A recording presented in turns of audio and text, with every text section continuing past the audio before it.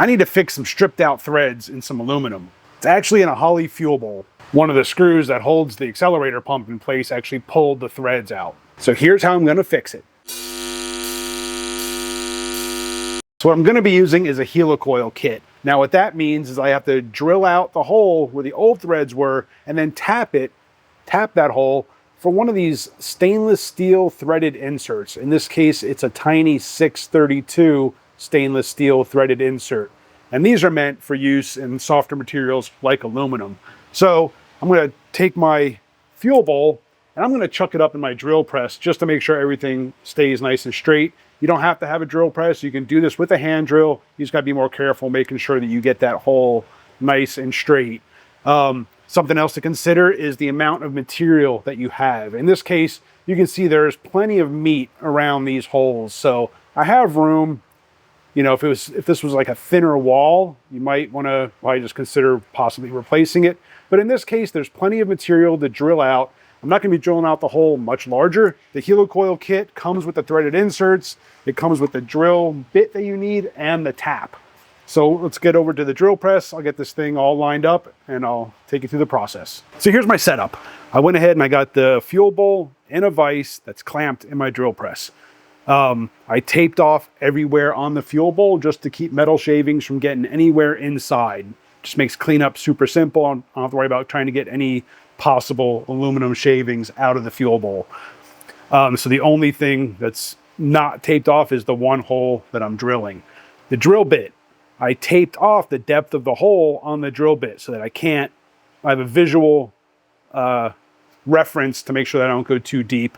But I also, since I'm using my drill press, I put a hard stop just shy of the bottom of the hole. So that makes it impossible for me to go too deep. If you're hand drilling it, I would recommend, like I said, putting tape or some sort of indicator on your drill bit so you know you can't go too far. So I'm all set up here. Now this drill bit is actually just small enough to go inside. I'm going to use that to kind of just clean everything up in there. And then I'm going to work my way up to the final drill bit. I don't want to just go straight to this. It's not that big of a deal with aluminum necessarily because it's such a soft material. But if you're doing this in like steel, that drill bit, if you try to take off too much, could bite. And you don't want to take the chance of possibly doing any kind of damage where you're not able to tap that hole. So I'm going to work my way up to that drill bit. Another thing to consider, lube. You want to, keep your drill bits as sharp as possible for as long as possible. And one way to help keep your drill bits alive, keep them lubed, keep them cool while you're drilling.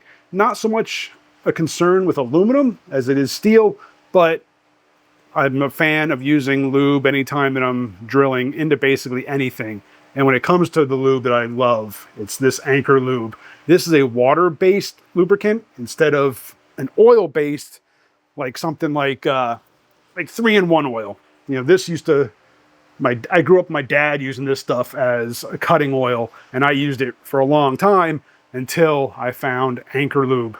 This stuff, like I said, water-based. They've been in the machining industry since like the 50s. It's like non-toxic. What I really like is the fact that as opposed to using like a 3-in-1 oil, this leaves no residue behind. It's super simple to clean up. It doesn't leave any kind of like oily film or oily residue behind. Really good material, a really good product. What I also like about it is that it's super thick. So that's going to help just kind of, instead of using grease to maybe catch some of these shavings, the Anchor lube itself, because it's so thick, will help to kind of contain those shavings. And it also doesn't really burn off. It doesn't smoke when it does get hot and kind of cook off like a 3-in-1 oil. Just a really, really good product. I'll leave a link down below to my Amazon affiliate link for this stuff. Check them out. I highly recommend them. All right, so we're going to go ahead and add a little bit of lube here to where I'm going to be drilling. Like I said, in this first pass is really just to kind of clean that hole up. I think my tip is kind of fouled up in there. It wasn't open all the way. There we go. All right, so kick that bad boy on. I'm just going to clean up those threads a bit. All right, now what I'm going to do is I'm going to go up a couple of thread sizes or a couple of drill bit sizes, but I'm still going to stay shy of what this size is. And I think for a 632, I believe this is like a size 19, something like that. I just ran a size 22, so I'll probably run like a 20 now, and then I'll put this one in for the final drill. All right, I ran the first drill in there, just knocked down the threads, stepped up a size, and now I'm up to my final thread size here. So,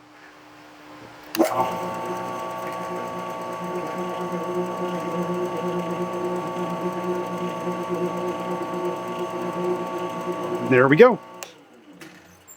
Now I can go ahead and tap that hole. All right, with the hole drilled out, I can now go ahead and tap that hole. I've got it clamped up in the vise. I'm gonna add a little more anchor lube to the hole. I don't know if you guys, hopefully it showed up in the video clip just how well the anchor lube kind of retained all those metal shavings while drilling that hole out. But now we're just gonna tap this hole. Take it slow. Should just, there it goes, it grabs. So it's aluminum, super soft. Tap just bites right into it. No fighting. All the way to the bottom of the hole.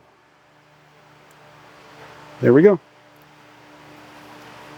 You can see that anchor lube just kind of help retain a lot of those shavings there. Great, great stuff. All right, the next step is to thread in this little tiny helicoil. Whoop, almost dropped it. And I did drop it. Little tiny helicoil. Like I said, it's a 632. Now I'm going to be using some blue Loctite, just medium strength. No need for the red on this stuff. I mean, it's a 632. Not going to be putting a whole lot of torque on it. You just don't want this to pull out of the hole. So a little bit of blue Loctite, medium strength stuff. Now this is going to be a little difficult because this hole is so shallow. Might be a little hard to get this helicoil started. Use the insertion tool that comes with the kit. Try to get the threads all lined up.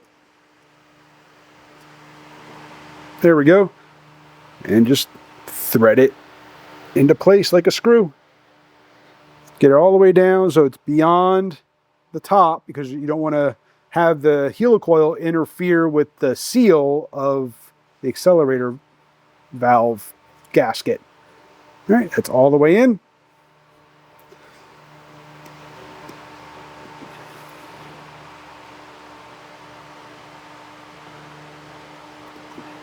There we go. Now he's got to break the tang off on the bottom. There's a little piece of wire that goes through the, where am I?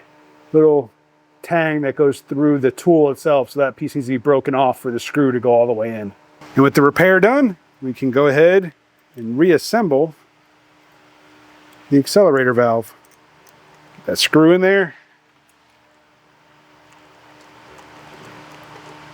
Bolt threads right in.